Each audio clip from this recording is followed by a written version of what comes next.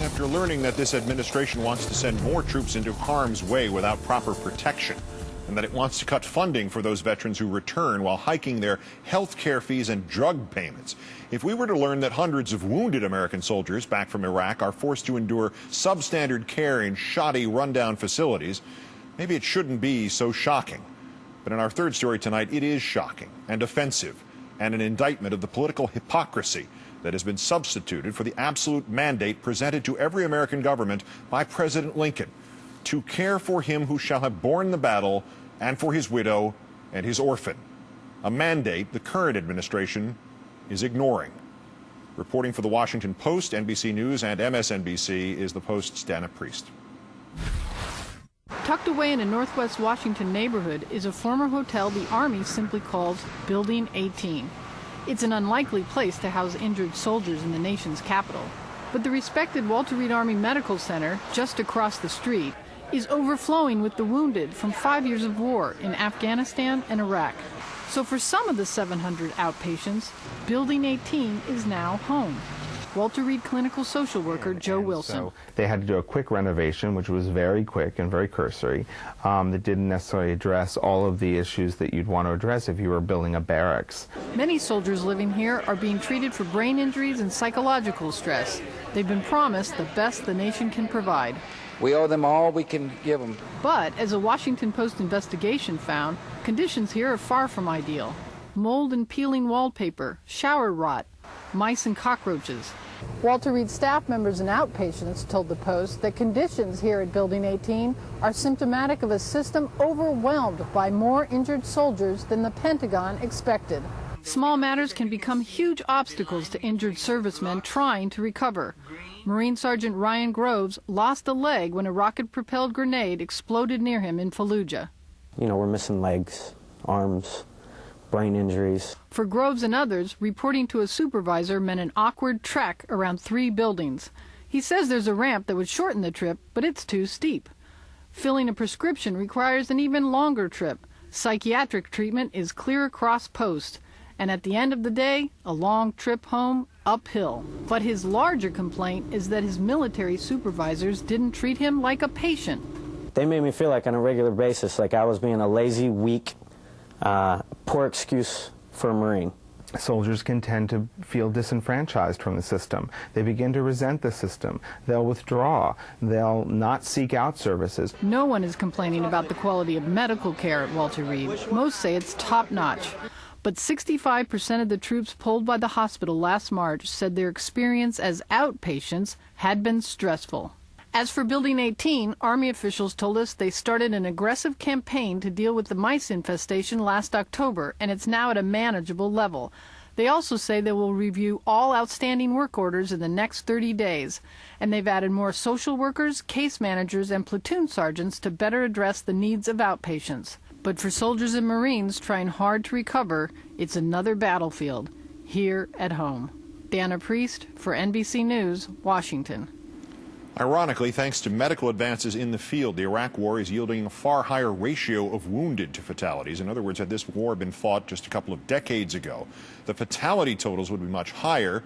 And on the flip side, we would have expected far fewer serious injuries, meaning that today, far more of our troops require better care than they're obviously getting. Let's bring in Iraq War veteran John Soltz, now chairman of the Political Action Committee, VoteVets.org. John, thanks for your time tonight. Oh, yes, sir. Thanks for having me on. It's a pleasure. Is the Washington Post account of the outpatient conditions at Walter Reed consistent with the accounts you're hearing from around the country? Well, you know, sir, I think the Washington Post piece, it speaks for itself. Walter Reed is in a specifically, different position than some of the other outpatient places around the United States Army and the Department of Defense.